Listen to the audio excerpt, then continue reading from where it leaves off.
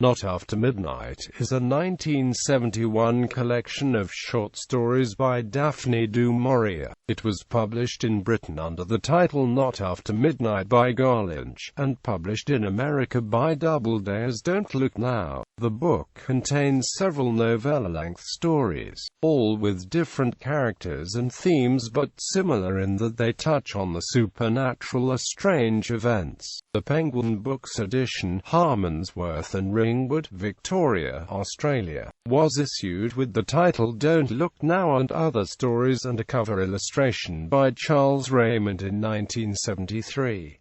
Don't Look Now. John and his grief-stricken wife Laura take a holiday in Venice following the death of their daughter, Christine, from meningitis.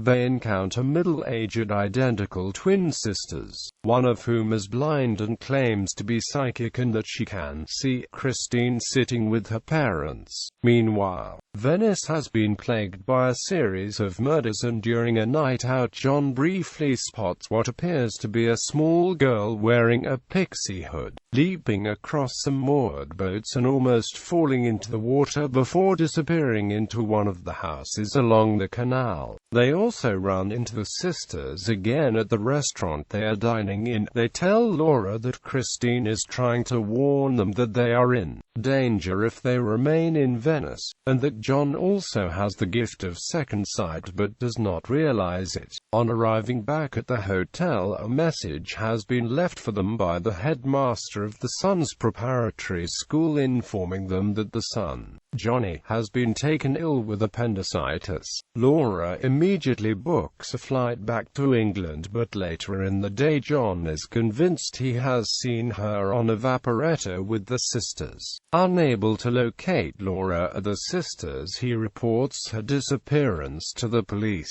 Upon his return to the hotel, John decides to call his son's school to check up on Johnny and is astounded to find that Laura is in fact in England after all. Meanwhile, the sisters have been arrested and are being held in police custody, so John makes his way to the police station to sort out the mix-up. He escorts the sisters back to the pension, but upon arrival the psychic sister falls into a trance. John leaves hurriedly and, disoriented, stumbles upon the alley from the previous evening. Once again, he catches sight of the pixie hood-wearing childlike figure leaping across moored boats, but this time he sees a man in pursuit. Horrified that the man is the murderer terrorizing Venice, chasing his next victim, he follows her into a room she has run to and proceeds to bolt the door shut to keep out the assailant. As the pixie hood drops to the floor, the child is revealed to not be a little girl at all, but a middle-aged female dwarf. Grinning, the dwarf pulls a knife from her pocket and throws it at John, piercing his throat. As John slumps to the floor, he has a vision of Laura on the vaporetta with the sisters, and this time realizes it is a premonition of his funeral. The story has been adapted in several mediums. A classic 1973 film directed by Nicholas Roeg, a radio adaptation by Ronald Frame. First broadcast the 9th of December 2001 on BBC Radio for his part of the classic serial series, and a stage play by Nell Lachon in 2007.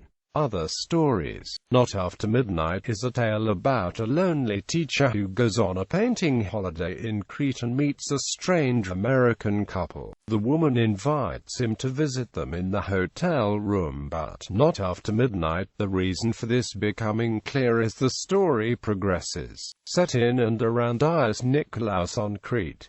The Breakthrough is a science fiction story set in an isolated laboratory in the wilds of Norfolk. A man is sent to help with a new computer. He soon realizes that the purpose of the scientific experiments being conducted there is to trap the life force, or soul, at the point of death and utilize its energy.